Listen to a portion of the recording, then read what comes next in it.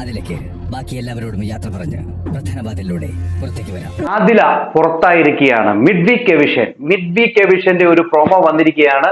എല്ലാവരും ഞെട്ടലോടുകൂടി തന്നെ ഇരിക്കുകയാണ്. ഞെട്ടാനൊന്നുമില്ല. ആദിലയുടെ പേരാണ് ഭൂരിപക്ഷം ആൾക്കാരും പറഞ്ഞിരിക്കുന്നത്. ലക്ഷ്മി ആദിലയുടെ പേരാണ് പറഞ്ഞത്, നോമിനേറ്റ് ചെയ്തത്.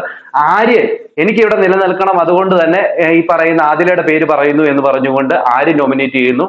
അതോടൊപ്പം തന്നെ ഷാനവാസ് നോമിനേറ്റ് ചെയ്യുന്നുണ്ട്. കാരണം ഷാനവാസ് പറയുന്നത് തരത്തിനൊത്ത് മുഖം മാറുന്ന ഒരാളാണ്, അല്ലെ നിറം മാറുന്ന ഒരാളാണ് ആദില എന്ന് പറഞ്ഞുകൊണ്ട് നോമിനേറ്റ് ചെയ്യുന്നുണ്ട്.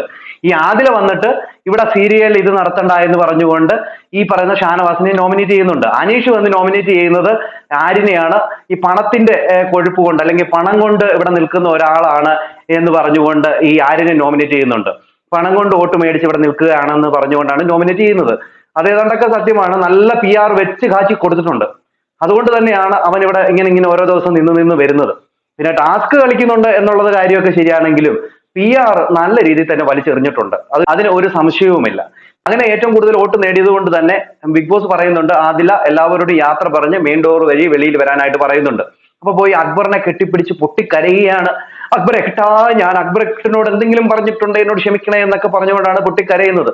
കാരണം ഇപ്പൊ പുതിയൊരു ഗ്രൂപ്പാണല്ലോ, ആ ഗ്രൂപ്പിലുള്ള ആ ഒരു സംഘത്തോടാണ് പുള്ളിക്കാരിക്ക് ഇപ്പൊ കൂടുതലായിട്ടുള്ള ഒരു ഇഷ്ടം തോന്നുന്നത്. ഷാനവാസിനോട് ഇപ്പൊ ഇഷ്ടമൊന്നുമില്ല. ഷാനവാസിന് ഇപ്പൊ വേണ്ട. ഷാനവാസിന്റെ നേർക്ക് കൈ കൊണ്ട് ഷെയ്ക്കാനിന് പോയപ്പോ ഷാനവാസ് അത് കൈ കൊടുക്കാതെ അങ്ങ് മാറിപ്പോകുന്നുണ്ട്. പിന്നെ അനുമോൾ അവിടെ നിന്ന് കരയുന്ന കാണാൻ പറ്റുന്നുണ്ട്.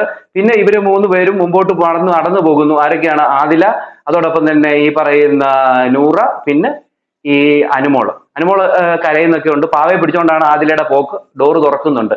ഇനി ഇത് പ്രാങ്ക് ആണോ, പിന്നെ അഥവാ ഇതിനി സീക്രട്ട് റൂമിലേക്കാണോ, അതോ മിഡ് വീക്ക് എവിഷൻ ആണോ എന്നൊന്നും അറിയത്തില്ല. എന്തായാലും 7ന്റെ പണി ആയതുകൊണ്ട് തന്നെ ഒരു കാര്യവും നമുക്ക് പിടികിട്ടത്തില്ല. എന്തായാലും ഇങ്ങനെ ഒരു പ്രൊമോ വന്നിരിക്കുകയാണ്. പ്രൊമോ നോട്ട് എ പ്രോമിസ്, അത് മാത്രമേ നമുക്ക് പറയാനുള്ളൂ. എന്തായാലും ഈ പറയുന്ന ആദില പുറത്തു പോയാൽ അത്ര നല്ലത്.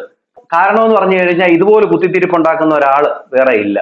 ആ വെളിയിൽ പോകണമെന്ന് ആഗ്രഹിക്കുന്നവരാണ് 13 ആൾക്കാര്. എന്താണ് പ്രേക്ഷകരെ നിങ്ങൾക്ക് തോന്നുന്നത്? നിങ്ങളുടെ അഭിപ്രായ നിർദ്ദേശങ്ങൾ മസ്റ്റായും കമന്റ് ചെയ്യുക. അടുത്തൊരു വീഡിയോ കാണുന്നവർക്ക് എല്ലാവർക്കും